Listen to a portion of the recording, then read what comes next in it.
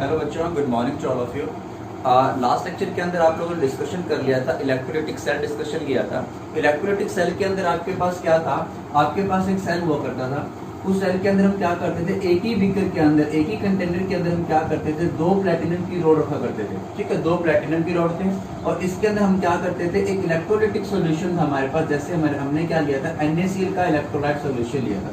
जो आपको इलेक्ट्रोलाइट था NaCl का, वो किसमें टुकड़ मिलेगा बेटा, आपको Na पॉजिटिव Cl नेगेटिव में था। जैसे अपन लोग क्या करते हैं, इसको बैटरी से कनेक्ट करते हैं, पॉजिटिव टर्मिनल है, ये बैटरी का कौन सा टर्मिनल था आपका, नेगेटिव था।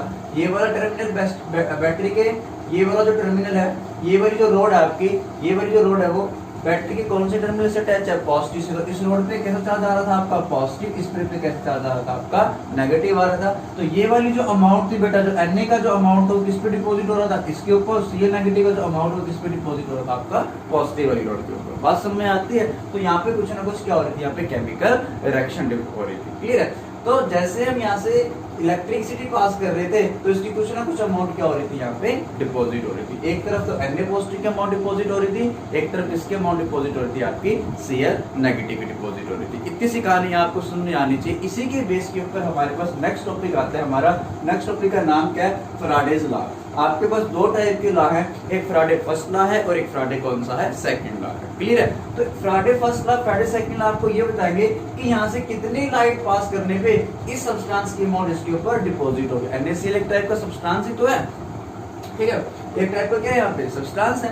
तो इसकी यहाँ से लाइट पास करने की, यहाँ पे इतनी लाइट पास करे कि इतनी अमाउंट यहाँ पे क्या हो जाए, डिपॉजिट हो जाए। आओ इसको समझते हैं, क्या कुछ ये कहना चाहते हैं इसके यहाँ, बात समझ में आती है। आओ देखो फैराडे का फर्स्ट लॉ क्या कहता है, फैराडे फर्स्ट लॉ कहता है द अमाउंट ऑफ सब्सटेंस, मैं लिख देता हूँ एक बार इंग्लिश के अंदर लिख देता हूँ इसको, the amount of substance, the amount of substance is deposit on rod या इलेक्ट्रोड करने की, deposit on electrode is directly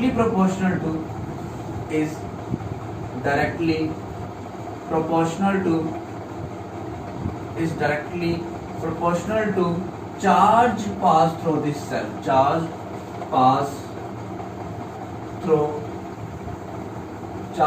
through electrolytic solution, charge pass through electrolytic solution. जो आपके पास इलेक्ट्रोलाइट का ये सॉल्यूशन है, इसमें से इसकी बात की जा रही है। तो ध्यान से देखना बेटा, क्या कह रहा है फैराडे का फर्स्ट लॉ, क्या कह रहा है, कहता है कि यहाँ से जितनी ज्यादा लाइट पास करेंगे ऊपर से, ध्यान से सुनना, यहाँ से हम कहते हैं कि जितनी ज्यादा हम यहाँ से क्या करेंगे, चार्ज पास करेंगे, जितनी हम यहाँ से लाइट देंगे इस सब्सटेंस की, उतनी अमाउंट यहाँ पे क्या होती जाएगी, डिपॉजिट होती जाएगी। सिंपल सी बात है, जितनी ज्यादा इलेक्ट्रिसिटी देंगे इस सब्सटेंस की अमाउंट उतनी यहाँ पे क्या होती जाएगी, डिपॉजिट होती जाएगी। ठीक है। अमाउंट को मैं किससे रिप्रेजेंट कर रहा हूँ, यहाँ पे W से रिप्रेजेंट कर रहा हूँ। तो अमाउंट क्या पे, Na की कितनी अमाउंट यहाँ पे डिपॉजिट हो, कितनी होगी, जितनी ज्यादा आप यहाँ से क्या पास करोगे, चार्ज पास करोगे, जितना ज्यादा आप यहाँ से चार्ज पास करोगे इसकी अमाउंट उतनी यहाँ पे क्या होती जाएगी, डिपॉजिट होती जाएगी। क्लियर है। The amount of substance is deposit on rod, ध्यान रखना, the amount of substance is deposit on rod is directly proportional to the charge. जितना ज्यादा आप हाथ से चार्ज पास करोगे इसकी इतनी अमाउंट यहाँ पे क्या होती जाएगी, डिपॉजिट होती जाएगी। इस प्रोपोर्शनल को हटाने के लिए हमारे पास क्या आएगा, एक कांस्टेंट आएगा जिसको Z से नोट करेंगे, Z क्यों बोलेगा, Z को बोलते हैं इलेक्ट्रोकेमिकल इक्विवेलेंट बोल देते हैं। क्या बोला जाता है Z को, इलेक्ट्रोकेमिकल इक्विवेलेंट बोला जाता है, इक्विवेलेंट बोला जाता है, इलेक्ट्रोकेमिकल इक्विवेलेंट। ध्यान रखना, जब भी हमें किसी भी कांस्टेंट को डिफाइन करना होता है उसके साथ वालों को हम क्या मान के चलते हैं, 1 मान के चलते हैं। इतनी सी कहानी को बताते हैं अभी। तो W इज इक्वल टू किसके बराबर आ गया आपके पास, Z।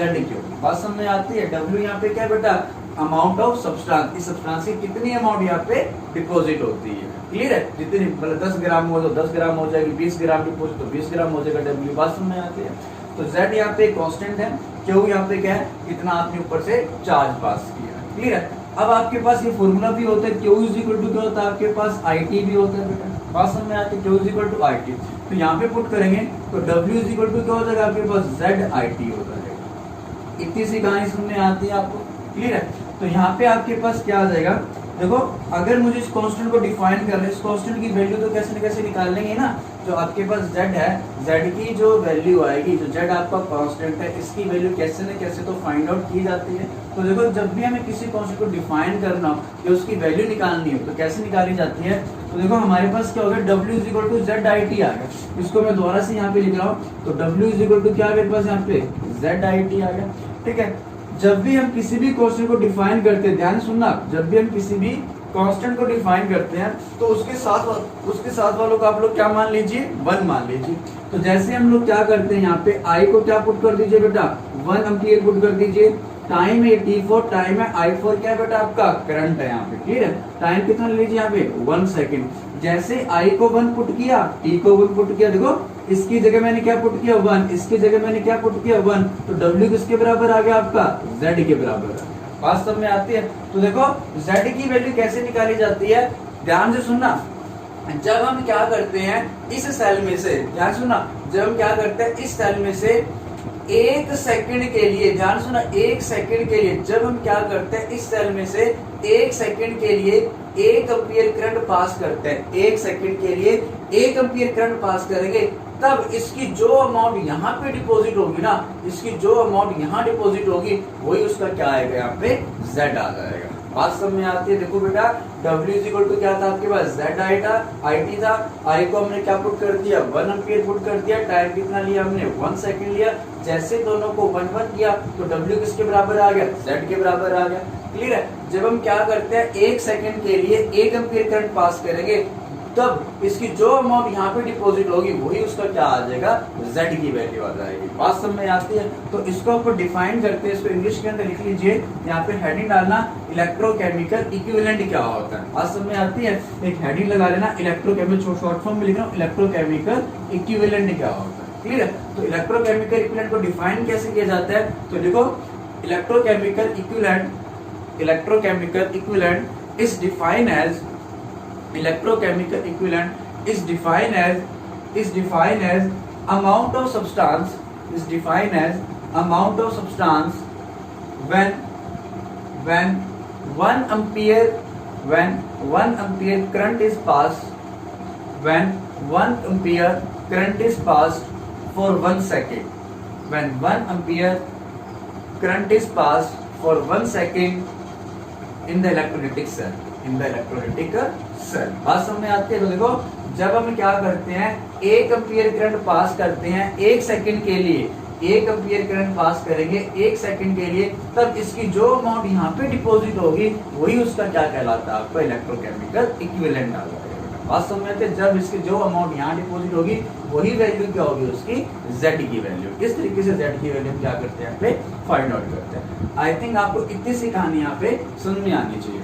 क्लियर है। तो इसके बाद हम चलते हैं, हमारे पास फ्राडे का जो सेकंड लॉ है, फ्राडे का फर्स्ट लॉ तो आपके पास ही कंप्लीट हो जाता है। इसके बाद कौन सा लॉ आता है आपके पास, फ्राडे का सेकंड लॉ। बस फ्राडे का फर्स्ट लॉ कुछ भी नहीं कहता, बस सिंपल सी बात कहता है कि जितनी ज्यादा आप यहाँ से लाइट पास करोगे, जितनी ज्यादा आप चार्ज पास करोगे, उतनी इसकी अमाउंट यहाँ पे क्या होती जाएगी, डिपोजिट होती जाएगी बेटा। क्लियर है। तो ये फ्राडे का फर्स्ट लॉ सिंपल सी डेफिनेशन थी। फ्राडे का सेकंड लॉ देखिए, फ्राडे का सेकंड लॉ क्या कहता है, देखो फ्राडे का सेकंड लॉ सिंपल सी बात करता है बेटा। ठीक है। फ्राडे के सेकंड लॉ को समझने के लिए आपने सिंपल डेफिनेशन लिखनी है, डायग्राम सब बना देते हो एक बार सर को समझाने के लिए क्या कुछ है इसके अंदर। फ्राडेज का सेकंड लॉ क्या कहता है, फ्राडेज सेकंड लॉ, देखो कुछ भी नहीं बोलेगा ये, बोलेगा तो सही कुछ ना कुछ तो, लेकिन इतना कुछ नहीं बोलेगा, बड़ा सिंपल सी बात कहता है। देखो ये कहता है कि जब हम क्या करते हैं 2 इलेक्ट्रोलाइटिक सेल लेते हैं, कितने इलेक्ट्रोलाइटिक सेल लेंगे, 2। कहते हैं कि जब हम 2 इलेक्ट्रोलाइटिक सेल को क्या करते हैं सीरीज के अंदर कनेक्ट कर देते हैं, एक इलेक्ट्रोलाइटिक सेल ये रहा, एक इलेक्ट्रोलाइटिक सेल ये रहा। ये ध्यान रखना इलेक्ट्रोलाइटिक सेल है बेटा, तो इलेक्ट्रोकेमिकल सेल समझ जाओ इसको कि 2 बीकर बना दिए, 2 बीकर है तो मैंने क्या किया है, एक ही बीकर के अंदर 2 रो डाली हुई है, एक ही बीकर के अंदर 2 रो है, एक ही बीकर के अंदर 2 इलेक्ट्रोलाइटिक सेल बना रहा हूँ।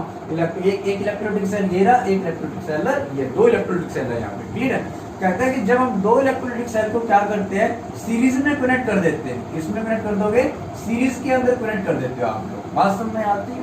क्लियर है। इस तरीके से ऐसे कनेक्ट कर दिए। इसके अंदर हम क्या करते हैं, इसके अंदर हम फिल करते हैं बेटा कॉपर, किसी का भी सॉल्यूशन ले लो मर्जी आपकी। इसके अंदर हमने फिल कर दिया कॉपर सल्फेट का सॉल्यूशन। अगर इसके अंदर कॉपर सल्फेट का सॉल्यूशन, किसमें टू मिला, कॉपर 2 पॉजिटिव SO4 2 नेगेटिव। इसके अंदर हम फिल कर देते हैं बेटा किसका, सिल्वर नाइट्रेट AgNO3 का सॉल्यूशन फिल कर देते हैं। Ag पॉजिटिव NO3, Ag के ऊपर कितना पॉजिटिव आएगा 1 पॉजिटिव, कॉपर के ऊपर कितना पॉजिटिव आएगा 2 पॉजिटिव। अब यहाँ पे देखना इस बैटरी के ऊपर पॉजिटिव चार्ज है तो इस रोड पे कैसे चार्ज आएगा पॉजिटिव, इस रोड पे कैसे चार्ज आएगा आपका नेगेटिव आएगा। अगर इस पे पॉजिटिव इस पे नेगेटिव, इस पे कैसे चार्ज आएगा आपका पॉजिटिव। समझिए ये आपके पास इलेक्ट्रोलाइटिक सेल है, बात समझ में आती है, क्लियर। ये आपके पास क्या है, एक इलेक्ट्रोलाइटिक सेल ये है और एक इलेक्ट्रोलाइटिक सेल आपका ये है। जब हम दो इलेक्ट्रोलाइटिक सेल को क्या कर देते हैं, सीरीज के अंदर कनेक्ट करते हैं, तब ये क्या कहते हैं, फ्राडे साइकिल लॉ तक भाई सब क्या कहते हैं। देखो आप लाइट दोगे तो इसकी कुछ ना कुछ अमाउंट यहाँ पे क्या होगी बेटा डिपॉजिट होगी। जैसे आप लाइट दोगे तो सिल्वर की कुछ ना कुछ अमाउंट यहाँ पे क्या होगी बेटा डिपॉजिट होगी। एक टर्मिनोलॉजी और आती है बेटा आपके पास इक्विवेलेंट वेट, जो आपने +1 के अंदर समझाओगे बेटा।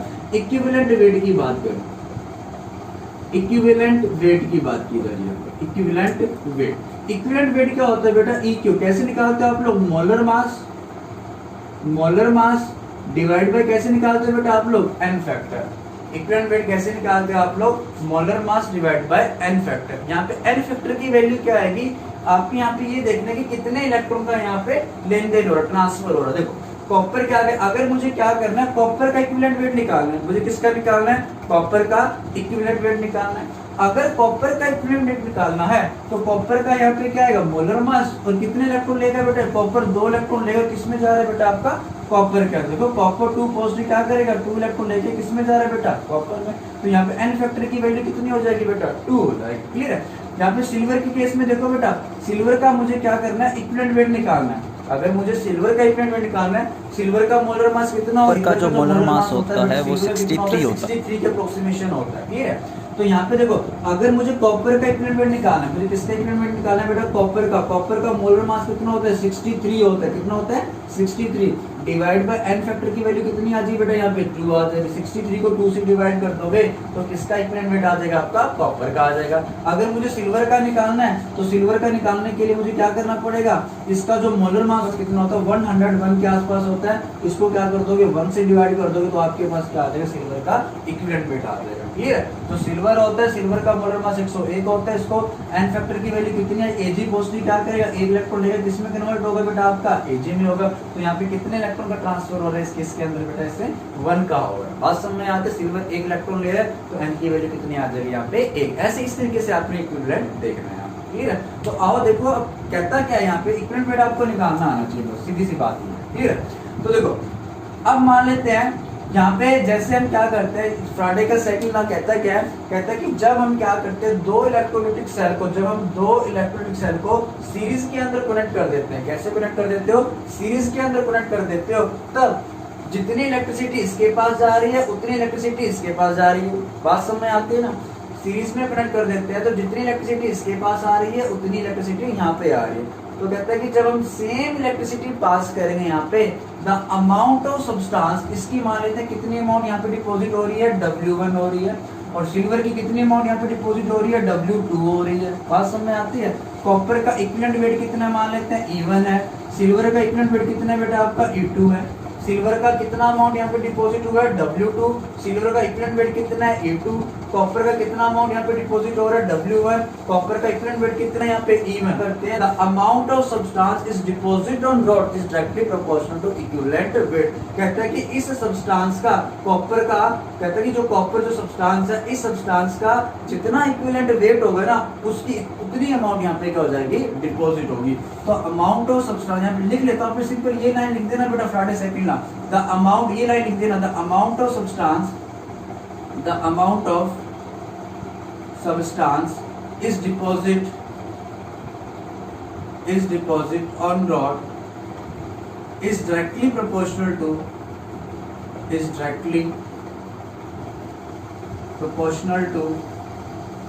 its equivalent weight। जितना इसका इक्विवेलेंट वेट होगा उसकी इतनी अमाउंट यहाँ पे क्या हो जाएगी डिपॉजिट हो जाएगी। तो इक्वेशन देखो बेटा यहाँ पे क्या बनेगी, amount of substance is deposit on rod is directly proportional to its equivalent weight. बेटा एक इक्वेशन यहाँ पे आ जाएगी, एक इक्वेशन यहाँ से बन जाएगी, W2 is directly proportional to क्या आ जाएगा आपका बेटा E2 आ जाएगा। बात समझ में आती है, दोनों इक्वेशन समझ में आती है ना, एक इक्वेशन ये, एक इक्वेशन ये। इस प्रोपोर्शनल को उठाएंगे तो यहाँ पे Z आएगा, इसको उठाएंगे यहाँ पे भी Z आएगा। अब इन दोनों को क्या कर दीजिए, डिवाइड कर दीजिए। डिवाइड कर W1 bye W2 is equal to क्या आ जाएगा आपके पास E1 बाय क्या आ जाएगा आपके पास E2 आ जाएगा। ये आपके पास छोटा सा क्या बन गया, फॉर्मूला बन गया। बात समझ में आती है, इसको ध्यान रख लेना आप लोगों ने। फ्राडे लॉ की सेकंड स्टेटमेंट ध्यान रखना, इसने क्या स्टेटमेंट बोली है वो ये छोटा सा क्या लिखोगे आपका फॉर्मूला हो जाएगा। बात समझ में आती है। ये आपके पास दो लॉ थे, फ्राडे first law and फ्राडे second law. अब इसके ऊपर जो न्यूमेरिकल आना है बेटा, उसके ऊपर अपन लोग हमने क्या करनी है, कमांड बनानी है। क्लियर है। न्यूमेरिकल बेसिकली क्या रहता है यहाँ पे, इंपॉर्टेंट रहता है क्योंकि न्यूमेरिकल इस चैप्टर से आना ही आना है। क्लियर है। एक चीज और है, आपका जो सिलेबस देखा गया साइड के ऊपर, सीबीएसई साइड के ऊपर, तो वहाँ पे जो सिलेबस है वो आपका क्या कर दिया गया बेटा, इंक्रीज कर दिया। इसमें कुछ एक चैप्टर और ऐड कर दिया जो लास्ट टाइम नहीं था चैप्टर, सॉलिड स्टेट जो आपका चैप्टर नहीं था वो इस सेशन के अंदर भी आपका क्या कर दिया गया, ऐड कर दिया गया। तो हमें सॉलिड स्टेट भी पढ़ना पड़ेगा, सिलेबस हमारा थोड़ा सा पहले से क्या हो गया, अब ज्यादा हो गया। बात समझ में आती है, क्लियर है।